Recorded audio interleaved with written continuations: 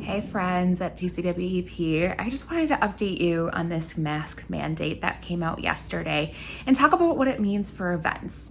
And to me, what it means is we have an opportunity to think differently about certain things, and some other things are pretty much the same as what we thought while planning an event in a pandemic, whether that be a wedding or a corporate function.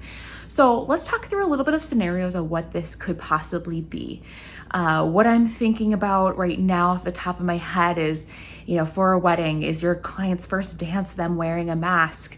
Well, maybe, those situations could be either altered by having an outdoor function or an outdoor space for the first dance. So this goes back to what I said about thinking differently. Instead of having that first dance in a ballroom under chandelier, could it be moved elsewhere? Could it be moved outside and everyone gets an opportunity to be outside? Because who wouldn't want that, especially if the weather is nice? So I think about those scenarios, really talking through the logistics of it from a vendor perspective.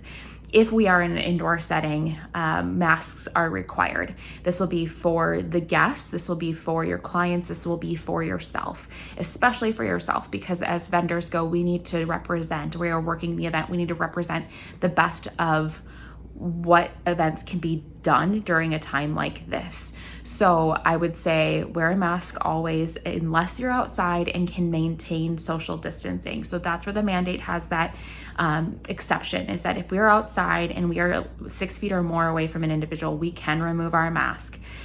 Should you, or do you have to? No, always have your mask with you is another thing that they're recommending, because you never know when you're going to be put in a situation outdoors where you are coming on close quarters with somebody. And that should be something that the guests be doing as well. I think about an event, whether this be a corporate function or a wedding, that we need to be more strategic about seating. Weddings have an opportunity to be able to host more people because there are more options for people to be within a single family household, or a household where they feel comfortable being within a 6 feet social distance and eating or drinking around each other. So I think the strategic planning of that might be a little bit easier. You could do it by group sizing for family, and then friends that you've known that have seen each other and feel comfortable dining with each other in a setting.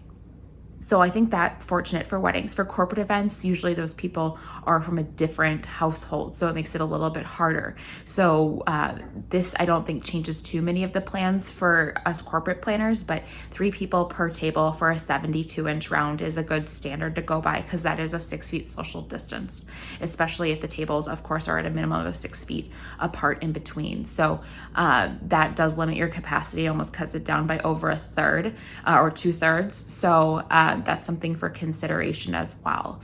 So basically, this mask mandate, there will be situations where clients will have to wear masks. One of the ones that I kind of sticks out to me is, for instance, the transportation one. They're asking for all public transportation to have masks. Well, they're saying that if it belongs to a business, so I think of businesses that have transportation vehicles where your clients might be going in, it is saying that they should be wearing a mask in that situation.